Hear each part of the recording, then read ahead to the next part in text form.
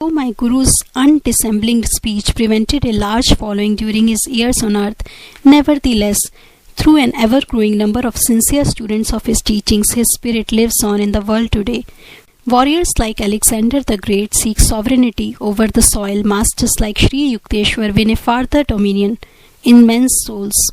It was Master's practice to point out the simple, negligible shortcomings of his disciples with an air of portentous gravity. One day my father visited Serampore to pay his respects to Sri Yukteswar. My parent expected very likely to hear some words in my praise. He was shocked to be given a long account of my imperfection. He rushed to see me. From your Guru's remarks, I thought to find you a complete wreck. My parent was between tears and laughter. The only cause of Sri Yukteswar's displeasure at the time was that I had been trying against his gentle hint to convert a certain man to the spiritual path. With indignant speed, I sought out my Guru. He received me with downcast eyes as though conscious of guilt. It was the only time I ever saw the divine lion meek before me. The unique moment was savoured to the full. Sir, why did you judge me so mercilessly before my astounded father? Was that just? I will not do it again. Sri Yukteswar Ji's tone was apologetic. Instantly I was disarmed. How readily had the great man admitted a fault, though he never again upset father's peace of mind. Master relentlessly continued to dissect me whenever and wherever he chose.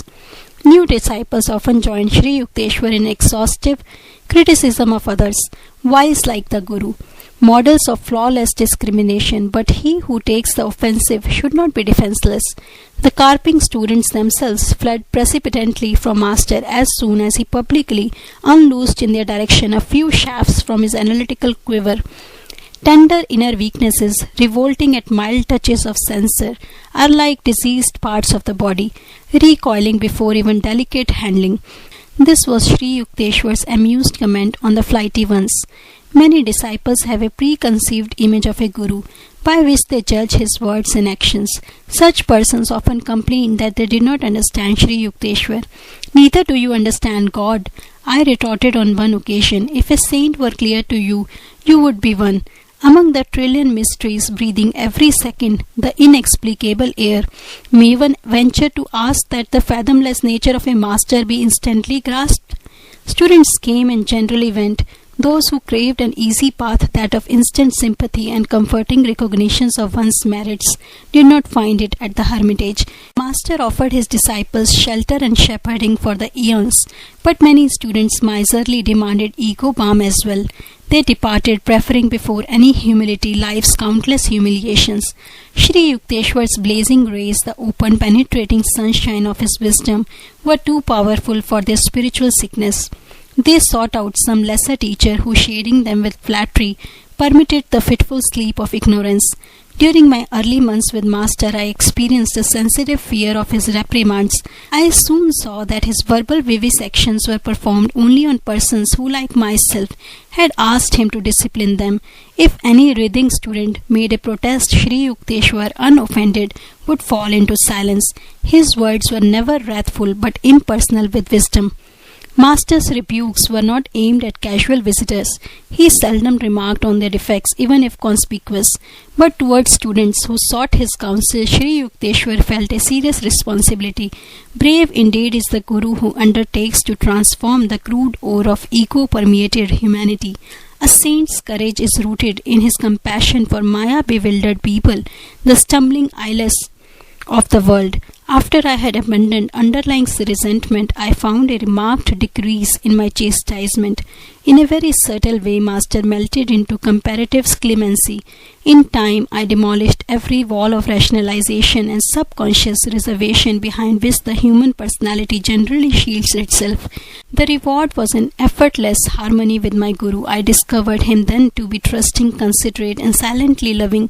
Undemonstrative, however, he bestowed no word of affection.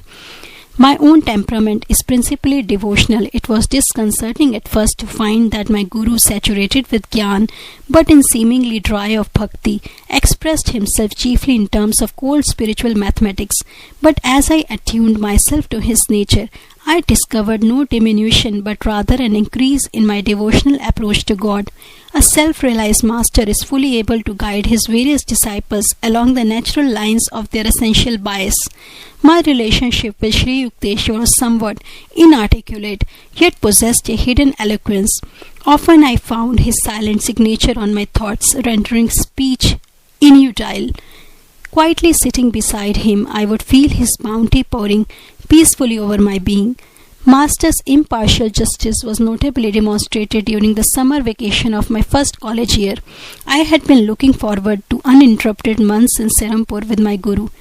You may be in charge of the hermitage. Sri Yukteswar was pleased over my enthusiastic arrival. Your duties will be the reception of guests and supervision of the work of the other disciples.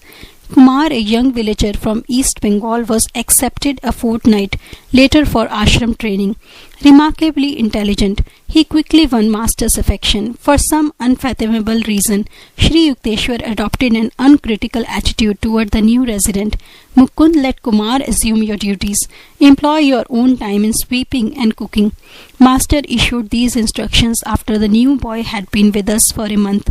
Exalted to leadership, Kumar exercised a petty household tyranny. In silent mutiny, the other disciples continued to seek me out for daily counsel. This situation continued for 3 weeks. Then I overheard a conversation between Kumar and Master. Mukund is impossible, the boy said. You made me supervisor, yet the others go to him and obey him. That's why I assigned him to the kitchen and you to the parlor, so you might come to realize that a worthy leader has the desire to serve, not to dominate. Sri Yukteswar's withering tones were new to Kumar. You wanted Mukund's position, but could not maintain it by merit. Return now to your earlier work as cook's assistant. After this humbling incident, Master resumed toward Kumar a former attitude of unwanted indulgence. Who can solve the mystery of attraction? In Kumar, our guru discovered a charming fount, one, however, that did not spurt for the fellow disciples. Though the new boy was obviously Sri Yukteswar's favorite, I felt no dismay. Personal idiosyncrasies possessed even by masters lend a rich complexity to the pattern of life. My nature is seldom commandeered by a detail. I was seeking from Sri Yukteswar a higher benefit than outward praise. Kumar spoke venomously to me one day without reason. I was deeply hurt. Your head is swelling to the bursting point, I added, a warning whose truth I felt intuitively. Unless you mend your ways, someday you will be asked to leave this ashram. Laughing sarcastically, Kumar repeated my remark to our guru, who had just entered the room. Fully expecting to be scolded, I retired meekly to a corner. Maybe Mukund is right. Master's reply to the boy came with unusual coldness.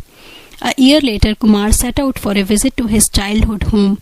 He ignored the quiet disapproval of Sri Yukteswar, who never authoritatively controlled his disciples' movements. On the boy's return to Serampore in a few months, a change was unpleasantly apparent. Gone was the stately Kumar with serenely glowing face. Only an undistinguished peasant stood before us, one who had lately acquired a number of evil habits. Master summoned me and broken-heartedly discussed the fact that the boy was now unsuited to the monastic hermitage life. Mukund, I will leave it to you to instruct Kumar to leave the ashram tomorrow. I can't do it. Tears stood in Sri Yukteswar's eyes, but he controlled himself quickly. The boy would never have fallen to these depths had he listened to me and not gone away to mix with undesirable companions. He has rejected my protection. The callous world must be his guru still. Kumar's departure brought me no elation. Sadly, I wondered how one with the power to win a master's love could readily respond to worldly allures. Enjoyments of wine and sex are rooted in the natural man. To appreciate them, one requires no delicacy of perception. Sense vials are comparable to the evergreen oleander, fragrant with its rosy-colored flowers. Every part of the plant is poisonous. The land of healing lies within, radiant with the happiness that is blindly sought in 1,000 outer directions. Keen intelligence is two-edged. Master once remarked in reference to Kumar's brilliant mind, it may be used constructively or destructively like a knife, either to cut the boil of ignorance or to decapitate oneself. Intelligence is rightly guided only after the mind has acknowledged the inescapability of spiritual law.